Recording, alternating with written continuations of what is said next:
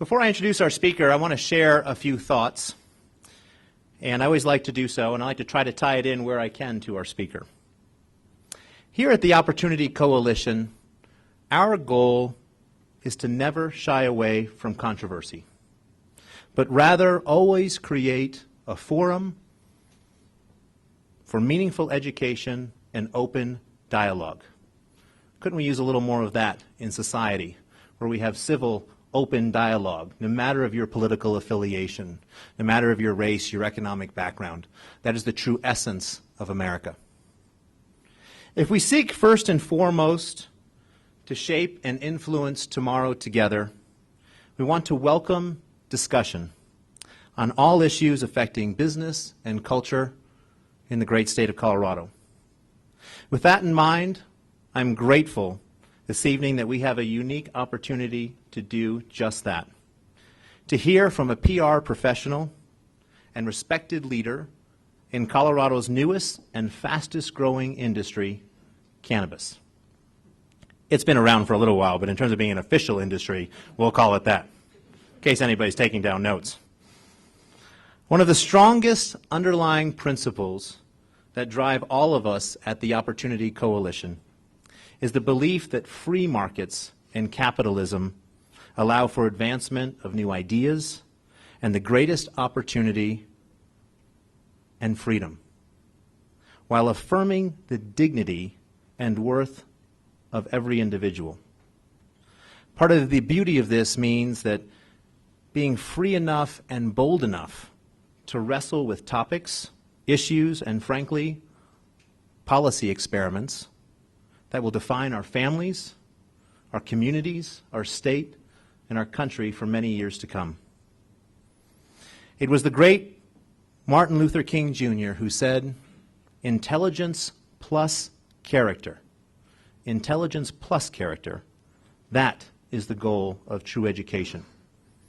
Let us strive towards that enviable goal this evening.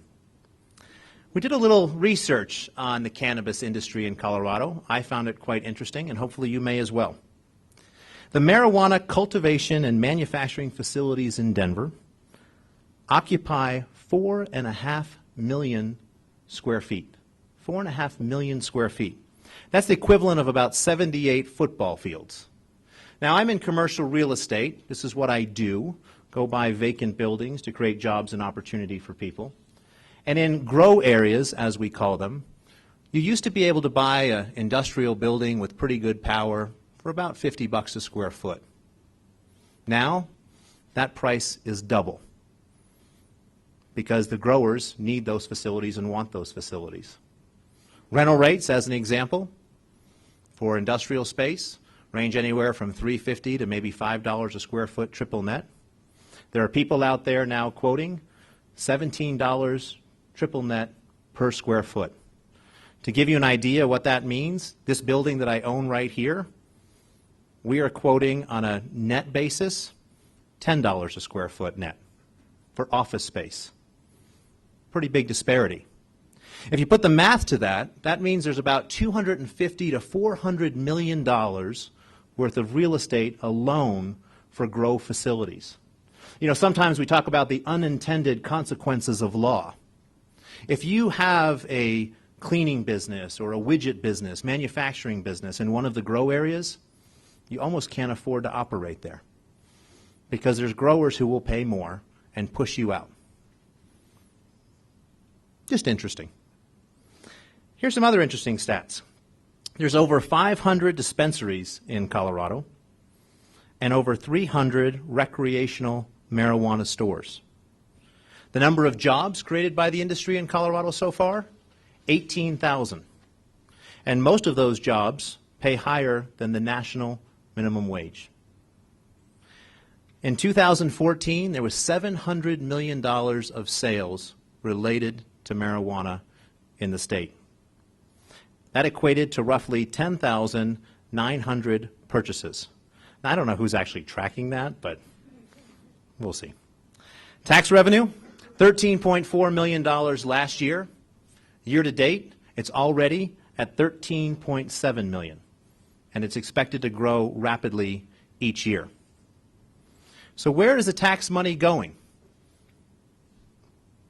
Colorado schools will get an infusion, it's estimated, of $40 million. And Colorado has earmarked the money for school construction, law enforcement, substance abuse and prevention, as well as youth services. Across the nation, 23 states and the District of Columbia have legalized medical marijuana. Various other states currently have marijuana legalization bills on the ballot for 2016. In sum, this is an industry that has arrived. This is an industry that's growing, whether you like it or not. The question is, are you going to be informed about it? And that's the purpose of why we had Joe Hodas come to us this evening.